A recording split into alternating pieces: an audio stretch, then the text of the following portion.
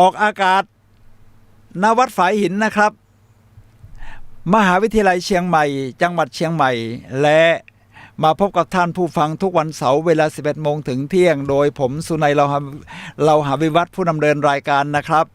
วันนี้เราจะคุยกับท่านผู้ฟังในเรื่องจุดเริ่มต้นของความสำเร็จคือการสร้างทัศนคติที่ดี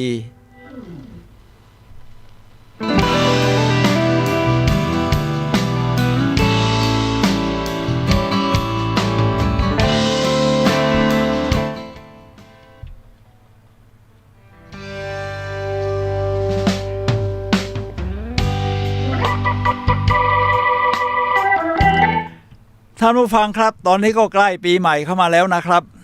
แล้วก็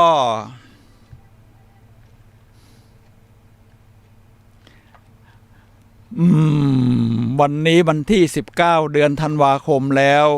เราจะมาสร้างทัศนคติที่ดีเพื่อความสำเร็จของชีวิตกันครับท่านผู้ฟังครับเพราะว่าการสร้างทัศนคติดีเดี๋ยวเราก็จะพูดถึงต่อไปครับแต่ว่าเมื่อเข้าใกล้ปีใหม่เข้ามาตอนนี้ก็อากาศก็หนาวนะครับแล้วก็คิดว่าผู้คนก็มาเที่ยวเชียงใหม่กันเยอะเลยทีเดียวแต่ว่าพรุ่งนี้สิก็จะมีการเลือกตั้งนายกอบจและสมาชิกอบจนะครับซึ่งเป็นการเลือกตั้งท้องถิ่นก็ขอเชิญชวนทุกท่านไปใช้สิทธิ์ใช้เสียงกันนะครับเพราะว่าจะทำให้ท่านสามารถรักษาสิทธิ์ของความเป็นพลเมืองเอาไว้ได้ในอนาคตที่ท่านเช่นต้องการจะลงสมัครรับเลือกตั้งนี่ท่านก็ต้องใช้สิทธิ์แบบนี้ก่อนนะครับเอาละครับเดี๋ยวเราจะคุยกันในเรื่องจุดเริ่มต้นของความสำเร็จคือการสร้างทัศนคติที่ดี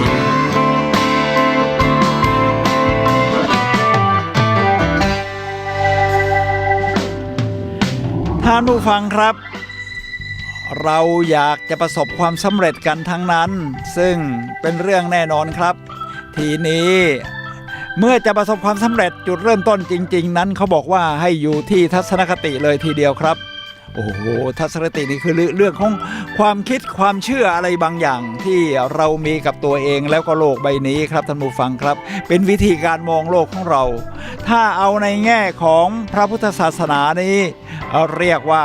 สัมมาทิฏฐิซึ่งอยู่ในในมรรคมีองค์8ซึ่งเป็นมรรคข้อที่1เลยครับก็คือสัมมาทิฏฐิคือมีความคิดเห็นชอบนะแล้วทีนี้จุดเริ่มต้นของความสำเร็จนั้นคือการสร้างทัศนคติที่ดีเดี๋ยวผมจะมีตัวอย่างของกูรูต่างๆนะครับเพราะว่า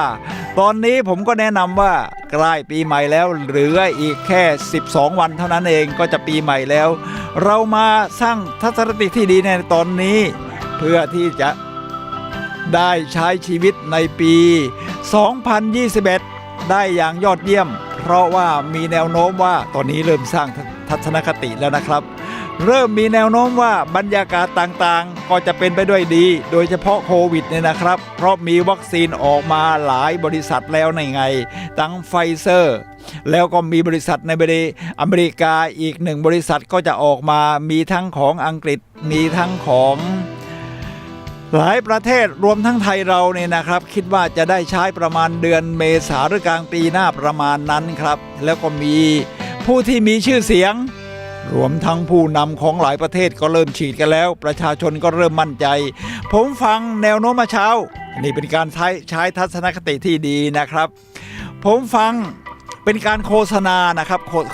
คือเขาจัดสัมมนามาแล้วล่ะเรื่องเกี่ยวกับการเงินแล้วก็การลงทุนในปีหน้าว่าพยากรณ์จะเป็นอย่างไรซึ่งเป็นแฝงโฆษณาออกมาแต่ว่าเป็นการโฆษณาที่มีผู้มีความรู้มาให้ความรู้ในการสัมมนาของธนาคารเข้าใจว่า Land and House ครับซึ่งโฆษณาในคลิปของ YouTube อยู่คลิปหนึ่งเอาละครับท่านผู้ฟังครับในคลิปนั้นมีผู้เชี่ยวชาญนี่ออกมาพูดจำนวนมากว่าปีหน้าเมื่อมีวัคซีนโควิดออกมานี่แหละครับท่านผู้ฟังครับโลกมันจะเปลี่ยนไปจากหลังจากที่ซบเซามา1ปีเต็มๆล้วนๆแล้วก็คนก็ไม่ค่อยมาซื้อหุ้นพื้นฐานกันไปซื้อหุ้นพวกโซเชียลมีเดียเพราะว่าคนออกจากบ้านไม่ได้ก็ใช้พวกโซเชียลมีเดียหรืออินเทอร์เน็ตกันเยอะ ทั้งราคาทองก็สูงขึ้นแต่ปีหน้านี่ราคาทองก็จะไม่สูงแบบนี้ก็จะมีคนขายออกมาแล้วก็มาเล่นหุ้นพื้นฐานเพราะจะมีการกลับมาลงทุนประเทศไทยเป็นเมืองน่าท่องเที่ยวครับผมว่ากลางปีหน้านี่เตรียมตัวไว้เลยสำหรับธุรกิจการท่องเที่ยวไม่ว่าจะเป็นโรงแรมการขนส่งอะไรก็ตามแต่หรือรวมทั้งเครื่องบินนะครับกลางปีหน้าเป็นต้นไปน่าจะมีแนวโน้มที่ดีนี่ผมจำมาจากการวิเคราะห์สถานการณ์ของธนาคาร Land and House ครับแล้วก็ผมวิเคราะห์เองในฐานะที่ผมเคยอยู่ในวงการเงินมา40กว่าปีรวมทั้งเรียนรู้ทางด้านเศรษฐศาสตร์มาก็วิเคราะห์ได้ว่านี่มันเป็นเรื่องของfluctuate คือมันผันผวนจากที่เกิดเหตุการณ์ที่เรียกว่าโควิดผ่านมาในปีนี้เนี่ยนะครับท่านผู้ฟังครับแล้วเมื่อวัคซีนออกมาพอคนเริ่มฉีดถึงเรายังไม่ได้ฉีดแต่ว่าการแพร่กระจายมันก็จะขยายตัวน้อยลงหรือแทบไม่ขยายตัวแต่ถ้าให้ดีมาถึงเมืองไทยเมื่อไหร่ก็ไปฉีดกันนะครับแล้วก็เตรียมลงทุนกันเตรียมปีหน้าแล้วผมเป็นคนชอบเที่ยวสร้างทัศนคติที่ดีว่าเดี๋ยวกลางปีหน้าหรือปลายปีหน้าจะได้ไปเที่ยวแน่นอนชอบเดินทางรอบโลกว่างั้นเถอะในบทความนี้ท่านผู้ฟังครับที่เราคุยกันในเรื่องการสร้างทัศนคติที่ดีนั้นผมจะมีตัวอย่างทั้งจากกูรูดังๆหนังสือดีๆนิดรวมทั้งภาพยนตร์สารคดีดีๆมาเป็นตัวอย่างกันนะครับสักครู่เดียวครับ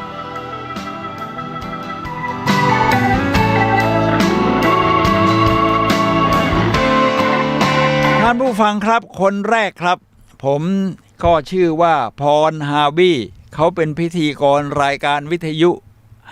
อเมริกาที่มีชื่อเสียงครับแม้เขาจะแขวนไมค์ไปแล้วนี่นะครับท่านผู้ฟังครับแต่ว่าเขาก็ยังมีคำกล่าวที่ยอดเยี่ยมซึ่งแสดงถึงการใช้ทัศนคติที่ดีในการนำทางของชีวิตที่พูดว่าโลกของผู้หลับตากว้างเท่ามือเอื้อมถึงโลกของผู้โง่เขลากว้างเท่าสิ่งที่รู้โลกของผู้ยิ่งใหญ่กว้างเท่าวิสัยทัศน์และทัศนคติก็ผมขยายความหน่อยนะครับโลกของผู้หลับตากว้างเท่ามือเอื้อมถึงเราก็ลองหลับตาสิครับเราอยู่ในที่มืดๆนะคือเราก็ไม่เห็นอะไรใช่ไหมครับแสดงว่าวิสัยทัศน์มันก็คับแคบมันก็ได้แค่มือสัมผัสแทนที่สายตาของเรานี่เป็นสิ่งที่มองได้ไกลจนสุดเอื้อมอยู่แล้วก็โลกของผู้โง่เขลาเท่ากับสิ่งที่รู้คือไม่ขยายวิสัยทัศน์นะรู้เท่าไหร่ฉันพอแล้วไม่ขยายความรู้อีกเลยโลกของผู้ยิ่งใหญ่กว้างเท่าวิสัยทัศน์และทัศนคติเดี๋ยวมีโทรศัพท์เข้ามาสักครู่เดียวนะครับตอนนี้ต้องเป็นช่วง15 นาทีสุดท้ายก่อนหมดรายการนะครับเราถึงจะ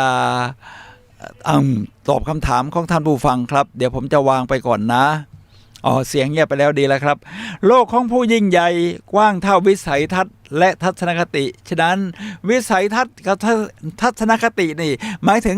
เป็นการจินตนาการออกไปเหมือนกับสัมมา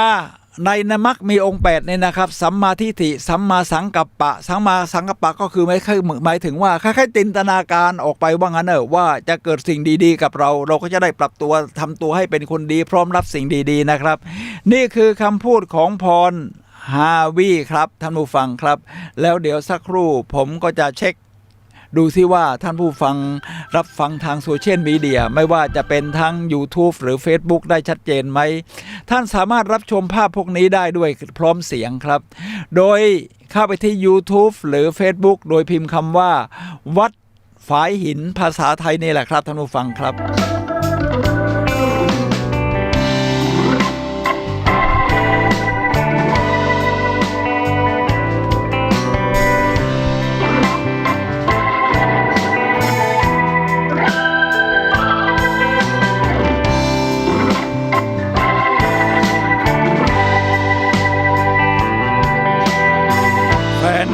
บอกว่ายอดเยี่ยมแสดงว่าการฟังทางบ้านด้วย YouTube เป็นอันว่าชัดเจนภาพทั้งเสียงแม้จะเป็นห้องส่งเล็กๆของวัดไฟหินนั่นนะครับท่านผู้ฟังครับนี่ห้องนี่ยังบุด้วยเขาเรียกว่ารังอะไรนะรังที่ใช้ใส่ไข่อะระบบเสียงยังออกมาขนาดนี้เพราะว่าทางผู้อำนวยการนะครับคือท่านพระครูสมุวิศวัตรท่านเป็นผู้มีความรู้ทางเทคโนโลยีสูงแล้วเรามีอาคารใหม่แต่ตอนนี้ยังไม่พร้อมที่จะย้ายไปครับก็ต้องรอปีหน้ามั้งครับท่านผู้ฟังครับ เอาละครับผมจะพูดถึงบุคคลต่อไปครับคราวนี้จะพูดถึงวิกเตอร์แฟรงเคิลนี่หน้าตาของวิกเตอร์แฟรงเคิลนะครับคนแรกในด้านบนนี่ก็คือพรฮาวีที่เป็นพิธีกรวิทยุของอเมริกาส่วนคนล่างนี่คือวิกเตอร์แฟรงเคิลเนี่ยหน้าตาของเขาได้รูปสีเขียวๆนี่นะครับท่านผู้ฟังครับวิกเตอร์แฟรงเคิลนี่สำคัญอย่างไรครับวิกเตอร์แฟรงเคิลเขาเป็นชาวยิวและแน่นอนจังหวะเขาไม่ดีเนื่องจากว่าไปเกิดในยุคที่เกิดสงครามโลกครั้งที่2 แน่นอนในยุคนั้นนะครับนาซีก็จะกวาดล้างชาวยิวไปเข้าค่ายต่างๆค่ายใหญ่ๆก็เป็นค่ายอัลวิชอะไรประมาณนั้นนะครับท่านผู้ฟังครับและก็มีหลายคนจำนวนมาก3 ล้านกว่าคนนะครับถูกสังหารไปในระหว่างที่ติดอยู่ในค่ายกักกันหรือสังหารด้วยวิธีอื่นก็ตามแต่วิกเตอร์แฟรงเคิลเดิมเขาเป็นนายแพทย์นะครับแล้วอยู่ที่กรุงเวียนนาประเทศออสเตรียเมื่อเข้าไปค่ายอัลวิชนี่ญาติพี่น้องเขานี่หมดความหวังหมดอะไรตายอยากทีนี้จะทำให้มีชีวิตอยู่รอดได้อย่างไรครับมันขึ้นอยู่กับทัศนคติแล้วล่ะครับท่านผู้ฟังครับตอนนี้เขาใช้ทัศนคติที่ดีครับในการที่จะสร้างสิ่งดีๆให้เกิดขึ้นกับชีวิตวิกเตอร์แฟรงเคิลเขาเขียนหนังสือนะครับในระหว่างที่เขาติดคุกอยู่นี่นะมีโทรศัพท์เข้ามาอีกแล้วครับเราจะตอบภายใน15 นาทีสุดท้ายก่อนหมดรายการนะครับถ้างั้นเดี๋ยวผมจะยกแล้วก็วางหูไว้ก่อนนะวิกเตอร์แฟรงเคิลเขียนหนังสือที่ชื่อว่า Man Search for Meaning ผู้คนหาความหมายและเขามีกฎอยู่3 ข้อในการที่จะทำให้มีชีวิตรอดอยู่ได้ซึ่งที่สำคัญคือขึ้นอยู่กับทัศนคติท่านผู้ฟังครับคนที่ตายไปในค่ายอัลวิชนี่ตายด้วยหลายวิธีทั้งเข้าเตาลมแก๊สหรือไม่กระทั่งตรอมใจตายหมดอะไรตายอยากรู้สึกว่าชีวิตไม่มีความหมายแล้วนะการที่รู้สึกว่าชีวิตไม่มีความหมายนั้นมันขึ้นอยู่กับทัศนคติครับท่านผู้ฟังครับเพราะว่าสิ่งที่เกิดขึ้นกับเราเนี่ยเราเปลี่ยนแปลงไม่ได้เอาก็ลองคิดดูดิคุณอยู่ในค่ายเฉลยของนาซีแล้วคุณคิดจะหนีนี่ไม่ใช่เรื่องง่ายเลยแต่ก็มีคนหนีได้เหมือนกันนะแล้วเมื่อคุณยังไม่คิดจะหนีหรือคิดว่าจะหนีได้คุณก็ต้องเปลี่ยนทัศนคติในการที่จะอยู่ในนั้นได้ฉะนั้นวิธีที่ทหารนาซีจะเอาชาวยิวเนี่ยไปเข้าเตาลมแก๊สเนี่ยนะครับเขาไม่ใช่ว่าสเปะสปะเลือกไปเรื่อยนะเขาจะเลือกคนที่หมดอะไรตายอยากทัศนคติมันย่ำแย่แล้วชีวิตฉันหมดความหมายมันดูได้ยังไงครับดูได้ด้วยสายตาครับเพราะว่าวิกเตอร์แฟรงเคิลเนี่ยเขาก็โดนไปเข้าแถวเหมือนกันเข้าแถวตอนเย็นๆคนนี้เลี้ยวขวารอดตายคนเลี้ยวซ้ายเข้าเตาลมแก๊สตายวิกเตอร์แฟรงเคิลก็รอดตายมาหลายครั้งเลี้ยวขวาเขามาจับจุดว่านาซีนี่ใช้กฎเกณฑ์อะไรในการเลือกว่าคนไหนควรตายเขาบอกว่าเขาจะดูที่แววตาคนไหนมีประกายอยู่แสดงว่าทัศนคติยังดีอยู่อยากมีชีวิตอยู่ชีวิตยังมีความหวังโอกาสยุติสงครามก็มีหรือพันธมิตรมาช่วยซึ่งก็เป็นจริงในตอนท้ายของสงครามโลกครั้งที่2ที่เยอรมันพ่ายแพ้เนี่ยนะครับท่านผู้ฟังครับเอาละครับผมจะพูดถึงสาระสำคัญคือกฎ3 ข้อของวิกเตอร์แฟรงเคิลที่เกี่ยวกับทัศนคติที่ว่าทำให้เขาอยู่มาจนกระทั่งพันธมิตรออกมาช่วยให้ออกมาได้ครับ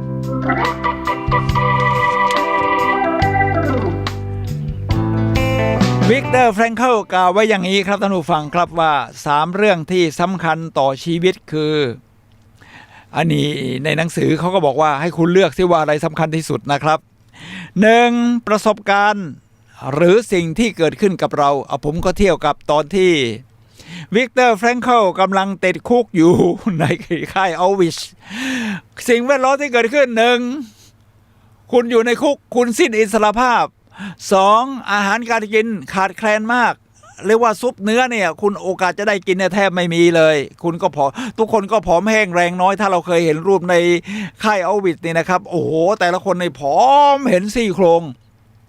เสื้อผ้าขาดวิ่นไม่มีหนาวนี่ก็ต้องทนเอาแล้วคุณก็จะถูกดูถูกกดขี่ในความเป็นมนุษย์นะครับท่านผู้ฟังครับนี่คือประสบการณ์2ความคิดสร้างสรรค์ คือหรือสิ่งที่ทำให้เกิดขึ้นคุณก็มีว่าจินตนาการว่าจะทำอย่างโน้นจะทำอย่างนี้อนาคตจะเป็นอย่างไรซึ่งเขาก็ใช้กฎแห่งการดึงดูดกันเยอะ 3. ทัศนคติคือการตอบสนองในภาวะต่างๆทัศนคตินะครับท่านผู้ฟังครับเราก็จะให้ลงมติกันแต่ละท่านก็ใช้ว่าจะเลือกข้อ 1ข้อ 2หรือข้อ 3ขึ้นอยู่กับภายในของเราที่เราสะสมมานั่นแหละแต่ผู้คนที่ยอดเยี่ยมบอกว่าจะเลือกข้อที่ 3ครับข้อที่ 3คือทัศนคตินะครับเพราะว่าทัศนคติทำให้เรารักษาตัวอยู่ในสภาพแวดล้อมที่มันย่ำแย่แบบนั้นได้คือให้เรามีความสงบเพื่อที่จะอดทนต่อสิ่งที่เราแก้ไขไม่ได้แต่เราก็อดใจรอว่าสงครามวันหนึ่งก็คงจะต้องยุติซึ่งมันก็เป็นอย่างนั้นจริงๆนี่คือการสร้างทัศนคติในเรื่องราวของวิกเตอร์แฟรงเคิลเฉลยชาวยิวที่ติดคุกอยู่ในค่ายออวิชของนาซีในยุคสงครามโลกครั้งที่ 2ครับเอาละครับผมจะข้ามไปฝั่งอเมริกาบ้างเพราะอเมริกานี่ก็เป็นส่วนสำคัญในการที่ทำให้สงครามโลกครั้งที่ 2ยุติรวมทั้งมาทิ้งระเบิดที่ฮิโรชิมานาฮาซากิประเทศญี่ปุ่นนะจะพูดถึงอดีตประธานาธิบดีของเขาครับซึ่งก็คือแฟรงคิลดีรูสเวลต์แฟรงคิลดีรูสเวลต์บอกว่าในทัศนคติของชาย2 คนที่เป็นโรคโปลิโอเหมือนกันชายคนหนึ่งกลายเป็นขอทานอยู่ตามถนนในกรุงวอชิงตันดีซีแต่อีกคนหนึ่งคือแฟรงเคิลเดลาโนรูสเวลต์กลับเป็นอีกอย่างอย่าลืมนะครับว่าแฟรงคิลดีรูสเวลต์นี่เป็นโปลิโอตอนเด็กนะครับเอาแน่นอนแต่สมัยก่อนเรายังไม่มีวัคซีนฉีดโปลิโอโรคโปลิโอเนี่ยนะครับเหมือนกับที่ว่าที่ผ่านมาก่อนหน้านี้เราก็ไม่มีวัคซีนที่จะฉีดให้ไวรัสโควิด -19 เนี่ยนะครับแต่ตอนนี้ก็มีแล้วตอนนั้นนี่ไม่มีวัคซีนครับเมื่อไม่มีวัคซีนพอติดเข้าไปครับนี่จะเป็นเหมือนกับง่อยเปรี้ยเสียขาคุณเดินกระเพลกถึงออกมาแล้วนี่บางคนพ่อแม่อาจจะลืมฉีดหรือขาดความระมัดระวังอะไรก็ตามแต่เราก็จะเห็นอยู่คนในวัยประมาณ 40-50 นี่ที่เป็นโปลิโอแล้วเดินกระเพลกก็มีเนี่ยนะครับหรือว่าเดินไม่ได้ก็มีวิกเตอร์แฟรงเคิลเป็นหนึ่งในนั้นครับท่านผู้ฟังครับแต่เขาปรับตัวได้โดยการขึ้นอยู่กับทัศนคติและทำให้เขาสามารถที่จะขยับตัวได้บ้างเดินได้บ้างและก็เป็นประธานาธิบดีของประเทศสหรัฐอเมริกาครับเอาละครับวันนี้มีตัวอย่างจากบุคคลสำคัญที่ยอดเยี่ยมในเรื่องของทัศนคติที่ดีนะครับเพราะว่าทัศนคติที่ดีแน่นอนอยู่แล้วเป็นจุดเริ่มต้นของชีวิตนะผมว่าในการที่จะเดินเส้นทางของชีวิตเนี่ยเพราะเป็นข้อที่1ในมรรคมีองค์8อะเพราะว่าเป็นเรื่องของความคิดเป็นเรื่องของสัมมาทิฏฐิเอาละครับจะพูดถึงกูรูดังที่อายุมากแล้วนะครับซิกซิกล่าหลายท่านอาจจะเคยได้ยินถ้าอายุปูนผมนี่คงจะเคยอ่านหนังสือของเขามาบ้างละนี่หน้าตาของซิกซิกล่าแม้อายุจะประมาณนี้แล้วนี่นะครับท่านผู้ฟังครับเขาก็ยังเป็นนักพูดสร้างแรงบันดาลใจและยังเขียนบทความสม่ำเสมอหนังสือของเขาก็ที่ดังมากก็คือ See You at the Top พบกันที่จุดสูงสุดนะครับซิกล่าพูดไว้ว่าภายในกำหนดภายนอกอันนี้เป็นคำพูดของผมเองคำพูดของซิกล่าเขาเน้นตรงนี้เลยครับว่าทำให้ทัศนคติของคุณ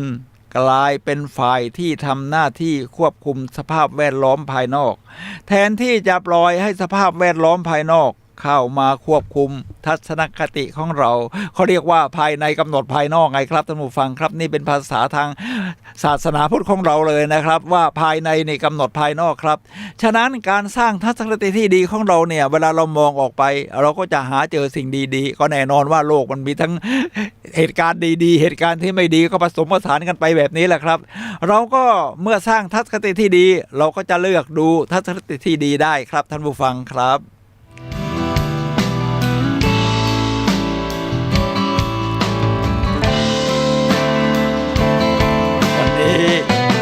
เรา ระบบเสียงก็ใหม่นะครับเครื่องมิกเซอร์ก็ใหม่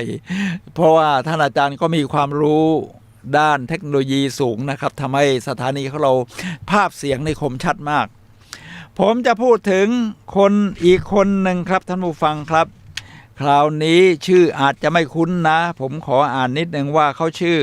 กาเร็ตกันเดอร์สันกาเร็ตกันเดอร์สันนี่นะครับนี่หน้าตาของเขาเป็นคล้ายๆนักวิจัยที่เขียนเรื่อง strategy create wealth คือกลยุทธ์กลยุทธ์ที่สามารถสร้างความมั่งคั่งร่ำรวยได้นี่หน้าตาของเขานะครับรอเราไม่ใช่เล่นเลยทีเดียวเพื่อถ้าท่านสนใจก็จะไปได้ต่อยอดค้นหาใน Google อะไรก็ได้ครับ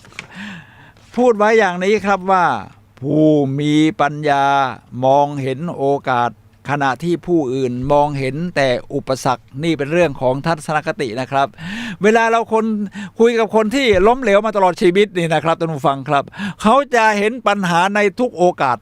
พอบอกว่าอย่างนี้น่าจะมีช่องทางนะแต่ฉันว่ามันไม่ดีตรงนั้นมันไม่ดีตรงนี้มันเจอทางตันตรงนั้นเมื่อเห็นปัญหาทุกเรื่องแต่บางคนนั้นเมื่อเจออุปสรรคเขาก็จะมองเห็นโอกาสถึงทางนี้ไปไม่ได้แต่อีก2ทางนั้นไปได้ครับเราน่าจะลองดูแล้วค้นหาวิธีนี่แหละครับที่เรียกว่าผู้มีปัญญามองเห็นโอกาสขณะที่ผู้อื่นมองเห็นแต่อุปสรรคครับ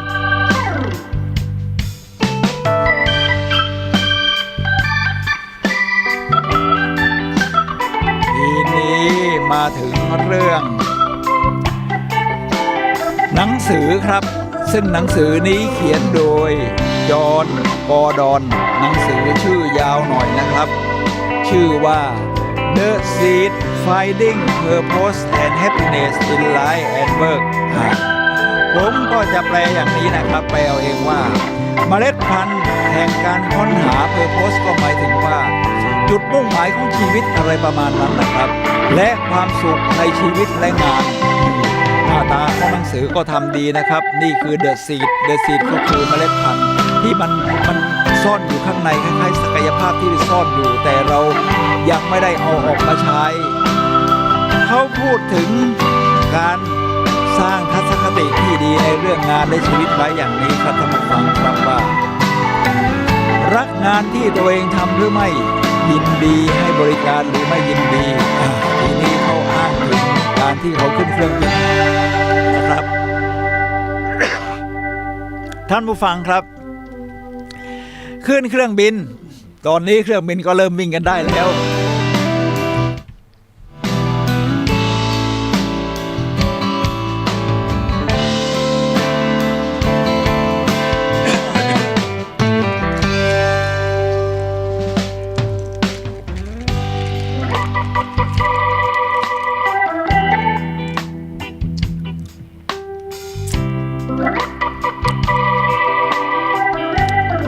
เวลาเราใช้บริการบนเครื่องบินเนี่ยนะครับท่านผู้ฟังครับเราขึ้นเครื่องบินเราก็จะเจอพนักงานต้อนรับซึ่งพนักงานต้อนรับมีรูปแบบหลายรูปอยู่แล้วครับเขาก็เจอประสบการณ์ทั้งดีและไม่ดีก็คือเขาบอกว่า เขาแอบสังเกตพนักงานบนเครื่องบินด้วยและบอกได้ว่าพนักงานคนไหนรักงานที่ทำอยู่คนไหนเฉยๆและคนไหนไม่ใช่แค่เกลียดงานนี้แต่ยังเกลียดผู้โดยสารทุกคนบนนี้ด้วยตรงนี้น่าสนใจนะครับเขาคิดเมื่อผู้คนต่างมาทำงานชนิดเดียวกันแต่ละคนก็มีวิธีจัดการต่างกันอย่างสิ้นเชิงเขาสังเกตเห็นพนักงานบนเครื่องคนหนึ่งซึ่งยิ้มแย้มเอาอย่างจริงใจให้ผู้โดยสารและยังเรียกเสียงหัวเราะจากผู้คนขณะประกาศข้อความด้วยเรียกได้ว่า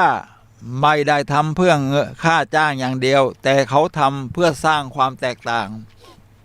ฉะนั้นมันขึ้นอยู่กับทัศนคติครับท่านผู้ฟังครับถ้าเราคิดว่าทัศนคติของเรานั้น เรามองว่างานนี้สร้างประโยชน์กับผู้คนผมมาเป็นดีเจนี่ดีเจของสถานี FM 104.5 เมกะเฮิรตซ์นี่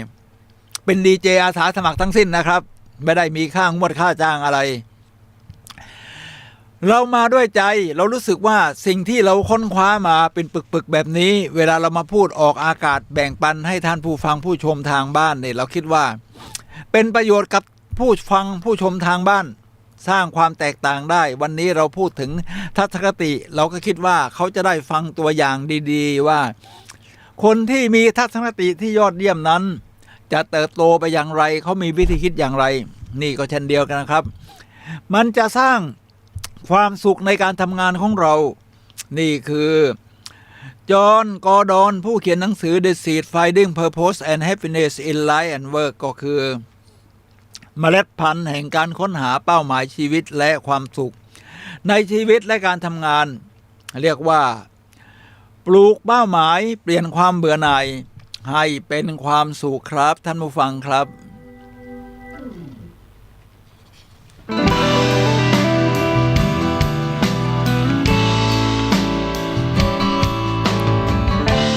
ท่านผู้ฟังครับขณะนี้ท่านกำลังรับฟังรายการพลังแห่งชีวิตรายการเพื่อการสร้างแรงบันดาลใจโดยผมสุนัย เลาหาวิวัฒน์ผู้ดำเนินรายการมาพบกับท่านผู้ฟังทุกวันเสาร์เวลา 11 โมงถึงเที่ยงทางสถานีวิทยุ FM 104.5 เมกะเฮิรตซ์เชียงใหม่ครับวันนี้เราคุยกันในเรื่องใกล้สิ้นปีใหม่คือ2020เลยว่าจุดเริ่มต้นของความสำเร็จคือการสร้างทัศนคติที่ดีโดยใช้จากทัศนคติของดีเจเองแล้วก็ตัวอย่างของบุคคลที่ยอดเยี่ยมในเรื่องของการสร้างทัศนคติที่ดีไม่ว่าจะเป็นนักพูดนักเขียนคราวนี้ผมจะมาพูดถึงนักเขียนอีกคนหนึ่งนะครับเขาก็เป็นวิทยากรด้วยบรรยายในเรื่องสร้างแรงบันดาลใจทั้งในมหาวิทยาลัยและในระบบสาธารณะนี่นะครับก็คือฮอน เออร์บานผู้เขียนหนังสือ Life's Greatest Lesson นี่นะครับหน้าตาของหนังสือบทเรียนสำคัญของชีวิตว่างั้นLife's Greatest Lesson มีแปลเป็นไทยนะครับถ้าท่านจะต่อยอดก็หาซื้อได้ครับอาจจะเป็นหนังสือพิมพ์มาหลายปีแล้วแต่เดี๋ยวนี้มีหนังสือมือสองนะครับขายทาง Facebook นี่แหละผมดูแล้วใน Facebook มีเวลาจะหาหนังสือพวกนี้ดีๆเนี่ยนะครับบางทีไปหาตามร้านซึ่งเป็นหนังสือปัจจุบันนี่ก็หายากเพราะผมดูหนังสือสมัยใหม่ตอนนี้นี่นานๆจะเจอหนังสือดีๆสักเล่มคือเวลาออกมาเนี่ยโอ้หนังสืออะไรมันออกมาเต็มไปหมดแล้วก็อ่านแล้วบางทีมันก็ไม่ได้ลึกซึ้งมากขนาดไหนแต่ถ้าท่านมีชื่อหนังสือดีๆครับร้านหนังสือมือสองทางโซเชียลมีเดียผมว่าเราหาซื้อได้ระบุชื่อหนังสือไปเลยแล้วให้เขาตอบกลับมาในหนังสือของฮอน เออร์บานเขาพูดถึงว่าจุดเริ่มต้นของความสำเร็จนั้นคือการสร้างทัศนคติดีที่ดีซึ่งผมเอามาตั้งชื่อในหัวข้อของการสนทนา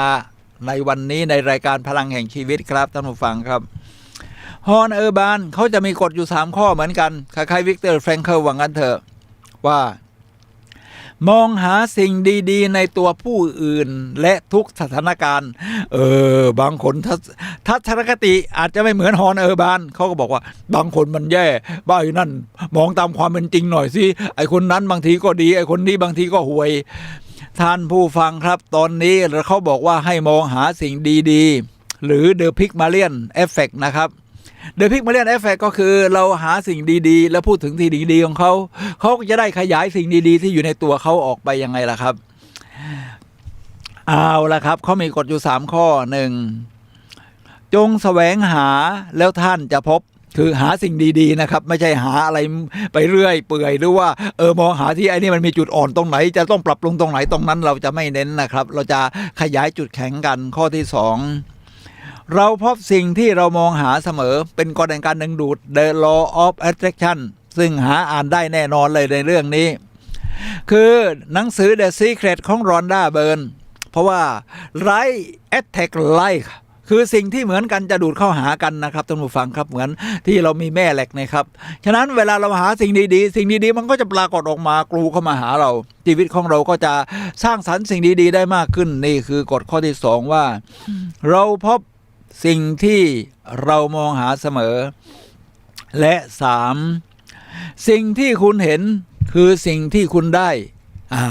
ไม่ว่าถ้าทัศนคติของเราเป็นอีกแบบหนึ่งนะครับเราคิดแต่ลบมันก็เห็นแต่สิ่งที่ลบเพราะว่าสิ่งที่ดีอาจจะผ่านหน้าไปแล้วก็เราก็มองข้ามไปเฉยๆถ้าเรามีทัศนคติที่ดีเราก็จะเห็นสิ่งดีๆนี่แหละครับท่านผู้ฟังครับสิ่งดีๆก็จะกรูเข้ามาหาเราฉะนั้นเราจะได้เห็นเราจะสิ่งที่เราเห็นคือสิ่งที่เราได้เมื่อได้เข้ามามันก็สะสมเข้ามาเป็นกฎแห่งกรรมเนี่ยนะครับท่านผู้ฟังครับมันก็สะสมเข้ามาเรื่อยเรียกว่าหาประสบการณ์ดีๆเข้ามาซึ่งฮอนเออร์บานเขาให้ความสำคัญกับเรื่องนี้มากครับเดี๋ยวผมจะพูดถึงฮอนเออร์บานอีกสัก 2-3 ข้อครับ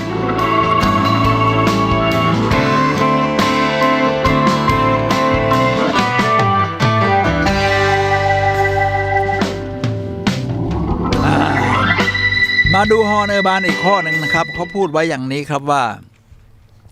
คนที่มีทัศนคติในแง่ดีมักจะคาดหวังในสิ่งที่ดีที่สุดคนที่มีทัศนคติในแง่ลบมักจะคาดหวังในสิ่งเลวร้ายที่สุดและความคาดหวังในทั้ง2กรณีนี้มักจะได้รับการทำให้เป็นจริงทำไมเป็นอย่างนั้นครับท่านผู้ฟังครับความคาดหวังหรือความหวังของเรานี่เป็นเรื่องใหญ่ครับท่านผู้ฟังครับทีนี้เวลาเราคาดหวังในเรื่องลบนี่นะครับโอ้โหไปเที่ยวนี้นี่จะต้องอุบัติเหตุเพียบเลยคนแน่นแล้วเราก็จะเจอคนที่มันแน่นหนาจริงๆครับถ้าเราต้องชอบสิ่งปลอดโปร่งนะเราจึงต้องสร้างทัศนคติที่ดีครับว่าคนที่คาดหวังในสิ่งที่ดีก็มักจะได้สิ่งที่คาดหวังคือทั้ง2กรณีแหละครับท่านผู้ฟังครับจึงเป็นเรื่องของกฎแห่งการดึงดูดว่าเมื่อเราคาดหวังในสิ่งที่ดีเราก็จะสามารถที่จะหาสิ่งดีๆแล้วดึงสิ่งนั้นมาประกอบเป็นเรื่องราวของเราแล้วเราก็จะต่อยอดไปหาสิ่งดีๆได้มากขึ้นเรื่อยๆมากขึ้นเรื่อยๆฉะนั้นจงคาดหวังในสิ่งที่ดีครับท่านผู้ฟังครับ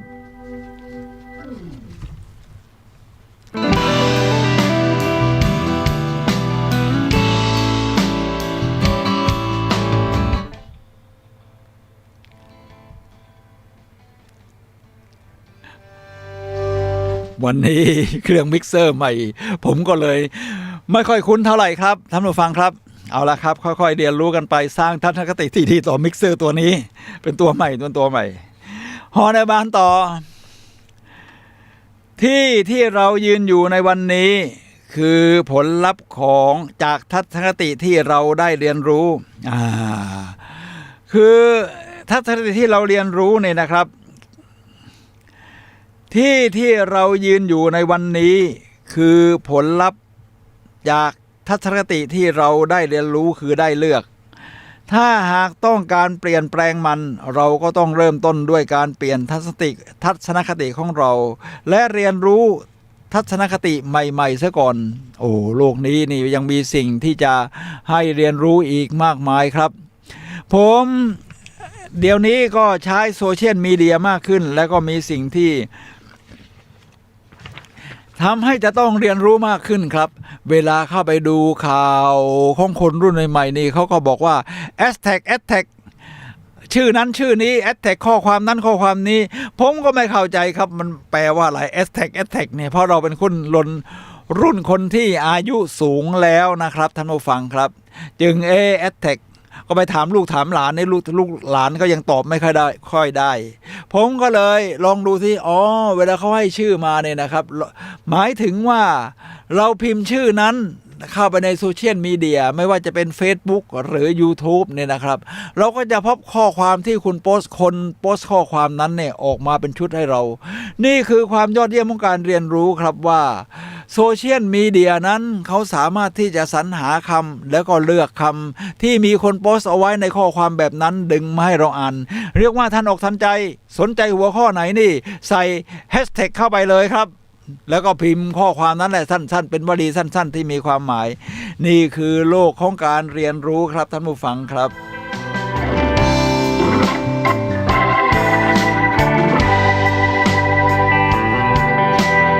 ทีนี้อีกคนหนึ่งครับเขาชื่อว่าจอห์นโฮเมอร์มิลเลอร์นี่เขาก็เป็นกวีนะครับนี่แสดงว่ารุ่นอาวุโสหน่อยหน้าตาเขาจะเป็นอย่างนี้รูปก็จะเป็นขาวดำนะครับท่านผู้ฟังครับเขากล่าวว่าการดำเนินชีวิตของคุณถูกกำหนดด้วยสิ่งที่ชีวิตนำมาสู่ตัวคุณน้อยกว่าทัศนคติที่นำเข้ามาสู่ชีวิตโอ้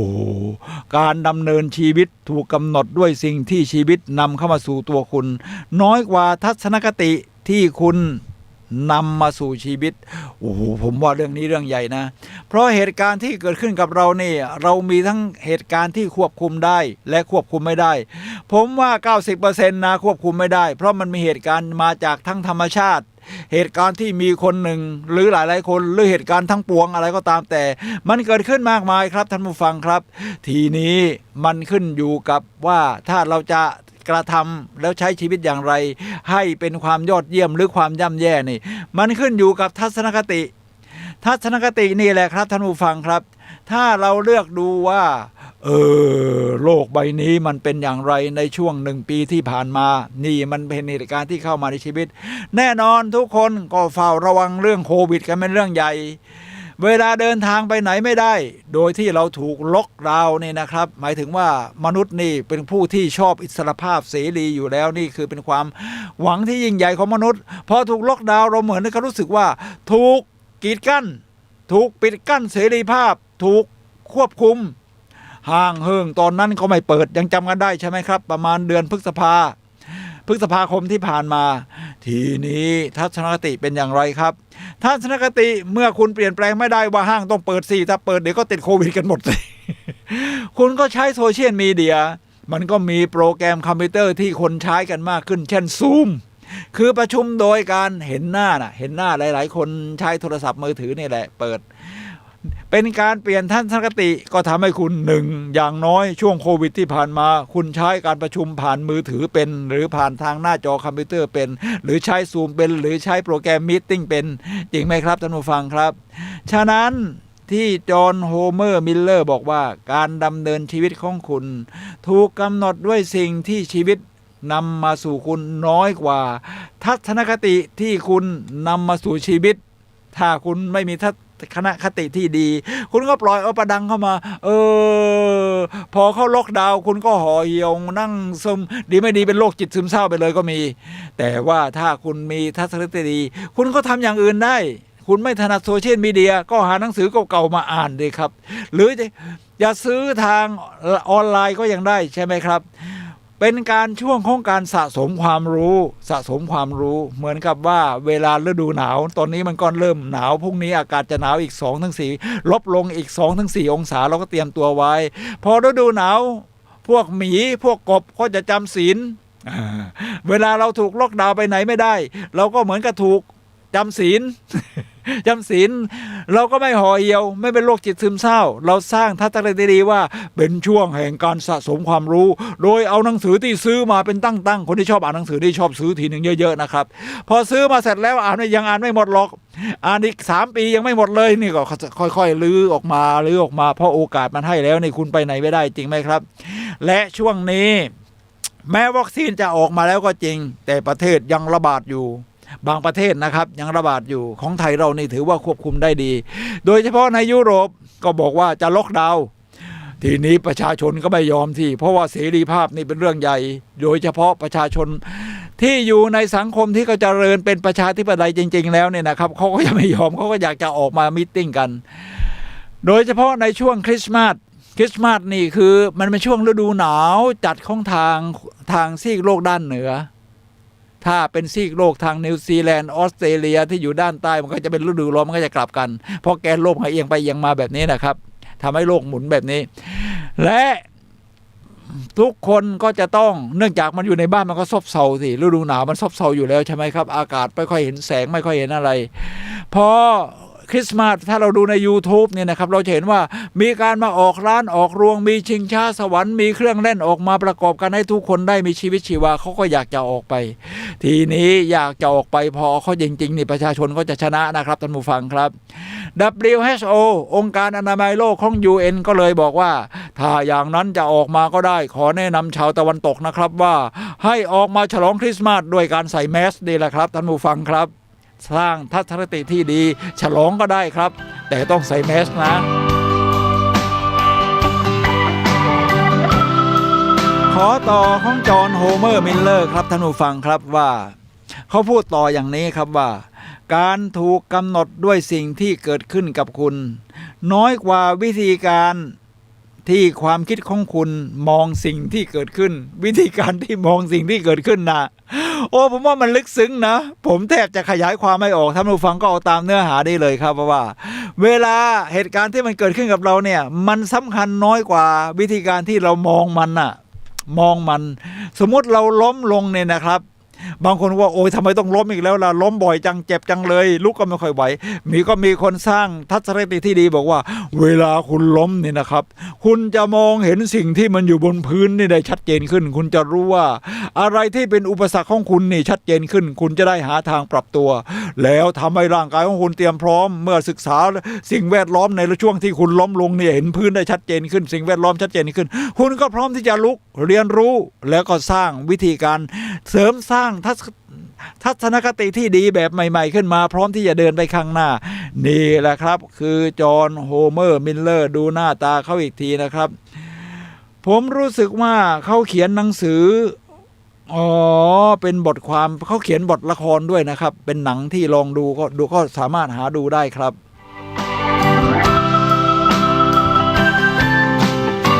ท่านผู้ฟังครับขณะนี้เราเหลือเวลา10นาทีสุดท้ายก่อนหมดรายการท่านผู้ฟังสามารถที่จะโทรศัพท์เข้ามาซักถามได้นะครับที่หมายเลขโทรศัพท์มือถือของผู้ดำเนินรายการเบอร์นี้เบอร์เดียวนะครับ0857088122 0857088122ครับ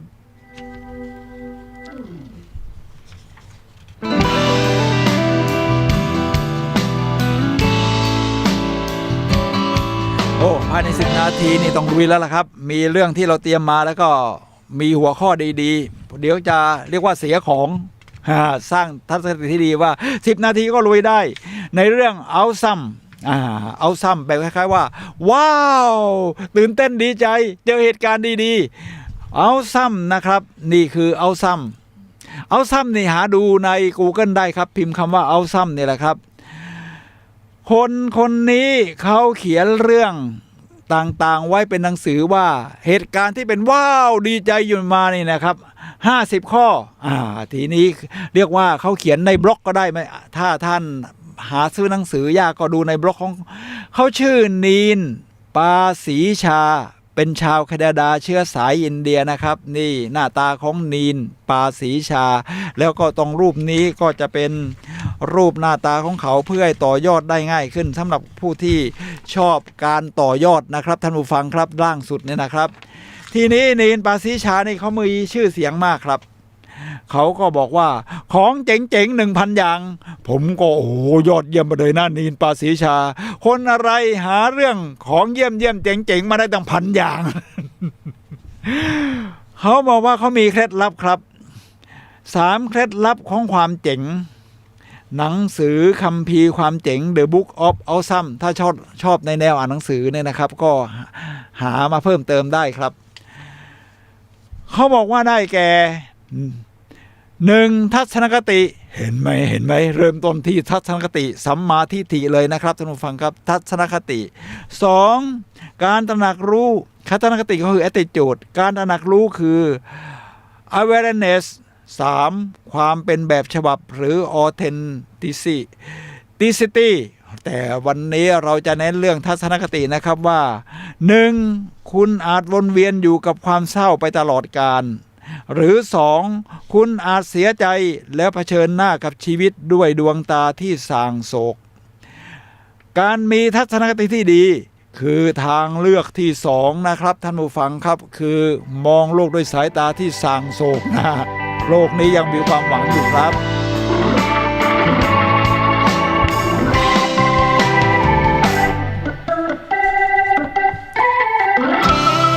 คนที่จะพูดถึงต่อไปในดังมากๆครับชื่อว่าทีฮาร์เบเกอร์เคยมาจัดในสัมมนาในเมืองไทยหลายครั้งเรื่องความร่ำรวยนะทีฮาร์เบเกอร์เขาเขียนหนังสือด้วยครับเขาบอกว่า17ความแตกต่างของวิธีคิดและการกระทำระหว่างเขาเน้นคำว่าคนรวยกับคนจนในความเป็นผมไม่ใช่รวยเงินทองอย่างเดียวนะคือรวยความคิดรวยการใช้ชีวิตรวยความสุขนะครับฉะนั้นที่พูดถึงต่อไปนี้คนรวยไม่ใช่ว่าจะมีแต่เงินทองส่วนจนคือจนในการใช้ชีวิตนะใช้ชีวิตไม่เป็น17ข้อนะครับของทีฮาร์เบเกอร์บอกว่าคนรวยเชื่อว่าฉันกุมชะตาชีวิตตนเองส่วนคนจนเชื่อว่าฉันถูกลิขิตให้เป็นเช่นนี้มันลึกซึ้งอยู่ในตัวอยู่แล้วครับเป็นเรื่องของทัศนคติเป็นเรื่องของความเชื่อ2คนรวยเล่นเกมการเงินเพื่อให้ชนะคนจนเล่นเกมการเงินเพื่อไม่ให้แพ้3คนรวยทุ่มเทเพื่อความรวยคนจนแค่อยากรวยนี่ใช้ภาษาได้ดีนี่นักเขียนนะเขาเป็นทั้งนักเขียนเป็นทั้งกูรูนักพูด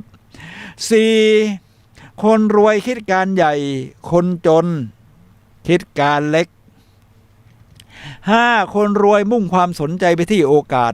คนจนมุ่งความสนใจไปที่อุปสรรคอันนี้เรื่องทัศนคติล้วนๆเหมือนที่อ้างถึงแล้วนะครับของกูรูหลายคน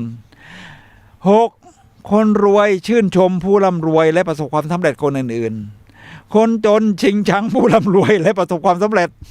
อิจฉาตาร้อนคุณก็จะห่างเหินจากสิ่งนั้นไปเรื่อยๆ7คนรวยสมาคมกับคนที่มองโลกในแง่ดีและประสบความสำเร็จคนจนคลุกกับคนที่มองโลกในแง่ร้ายหรือไม่ประสบความสำเร็จเรียกว่าคุณคบเพื่อนแบบไหนคุณก็เป็นคนแบบนั้นนั่นแหละ8คนรวยเต็มใจโปรโมตตัวเองและคุณค่าของตัวเองคนจน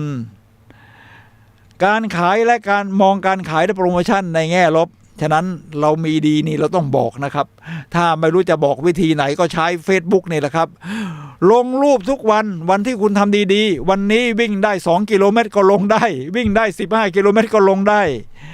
9คนรวยมองปัญหาเป็นเรื่องเล็กคนจนมองปัญหาเป็นเรื่องใหญ่คือสร้างตัวเองให้ใหญ่กว่าปัญหานะเป็นเรื่องของทัศนคติครับ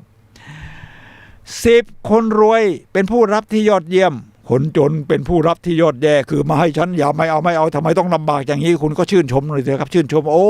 อุตส่าห์มีน้ำใจ11คนรวยเลือกที่จะได้รับเงินตามผลงานคนจนเลือกที่จะได้รับเงินตามระยะเวลาที่ทำงาน 12คนรวยเลือกทั้งสองทางคนจนเลือกทางใดทางหนึ่ง เวลาโต้วาทีนี่มีเคยเห็นหัวข้อประเภทนี้ไหมมีสามีรวยกับรอจะเลือกอย่างไหนคือบังคับไว้เลยต้องเลือกได้ข้อเดียว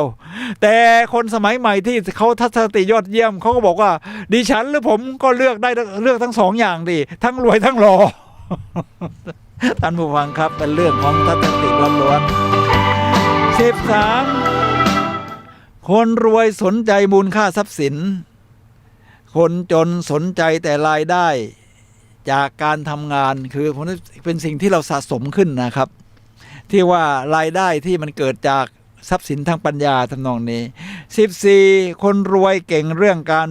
บริหารเงินคนจนเก่งเรื่องบริหารเงินแบบผิด15คนรวยให้เงินทำงานหนักเพื่อตัวเองคนจนทำงานหนักเพื่อให้ได้เงินเช่นเราลงทุนในหุ้นในทรัพย์สินทางปัญญา16คนรวยมุ่งไปข้างหน้าแม้จะหวาดหวั่นคนจนปล่อยให้ความกลัวหยุดยั้งตัวเองคือคนที่กล้าเดินนี่ไม่ใช่ว่าไม่กลัวนะครับกลัวแต่กล้าเดินไปข้างหน้าทั้งที่กลัวครับท่านผู้ฟังครับ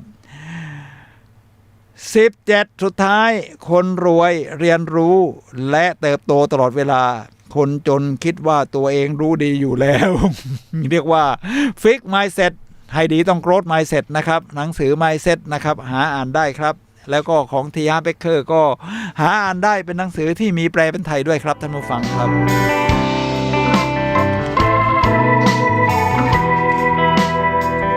อีก2หัวข้อสุดท้ายทันเวลาพอดีนี่เป็นเรื่องของไบรอัน เทรซี่หน้าตาของเขาเป็นกูรูนักเขียนนักพูดด้วยหนังสือแปลเป็นไทยก็หลายเล่มเลยครับเช่นกินกบตัวนั้นซะเขาบอกอย่างนี้นะครับว่าเมื่อคนมีทัศนคติแบบอุดมสมบูรณ์คุณมีแนวโน้มที่จะมองโลกด้วยความชื่นชมคุณจะเชื่อว่าโลกใบนี้คือสถานที่แสนวิเศษที่อัดแน่นไปด้วยผู้คนที่ดีคุณจะรู้สึกว่านี่คือช่วงเวลาที่ดีที่สุดสำหรับ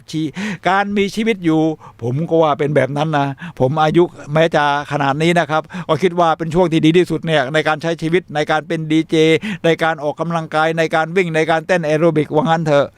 และคนสุดท้ายครับท่านผู้ฟังครับนี่คือฟาราเกรหน้าตาของเขานะครับแล้วก็เขาเป็นนักเขียนด้วยหนังสือของเขาชื่อว่าเรียลันแนหนังสือนี่แปลกคล้ายๆมิลเลียนแนร์เรียนแบบมิลเลียนแนร์คือคนที่มั่งคั่งร่ำรวยนะยังไม่ได้แปลเป็นไทยก็ไม่เป็นไรครับเดี๋ยวค่อยๆคุยกันไปแล้วคือเขาบอกว่าเรียลันแนร์คือคนที่ค้นพบว่าเงินมีความหมายมากกว่าการมีเงินคนที่เข้าใจว่าความสำเร็จไม่ใช่แค่การร่ำรวยเงินทองในกระเป๋าแต่ต้องร่ำรวยภายในด้วยครับท่านผู้ฟังครับและตัวอย่างน่าเศร้าของดาราเด็กที่มีชื่อเสียงและนักร้องรุ่นเยาว์ที่ล้มเหลวและดับแสงไปเพราะมัวไปใส่ใจกับชีวิตภายนอกแทนที่จะสร้างภายในให้มีรากฐานอันมั่นคงไว้คอยรับมือกับชื่อเสียงและความร่ำรวยนั้นต้องเรียกว่าทัศนคตินี้การสร้างจากข้างในเรียกว่า growth mindset สร้างทั้ง mindset ทั้งทัศนคตินี่ผมว่ามันเป็นเนื้อเดียวกันที่เราสร้างจากข้างในออกไปได้ครับ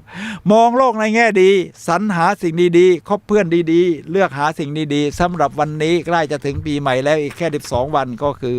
จุดเริ่มต้นของความสำเร็จคือการสร้างทัศนคติที่ดีครับท่านผู้ฟังครับและช่วงสุดท้ายของรายการแล้วครับผมสุนัย ลาหวิวัฒน์และ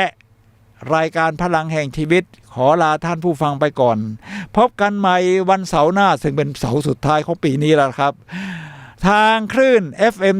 104.5 เมกะเฮิรตซ์เชียงใหม่ครับ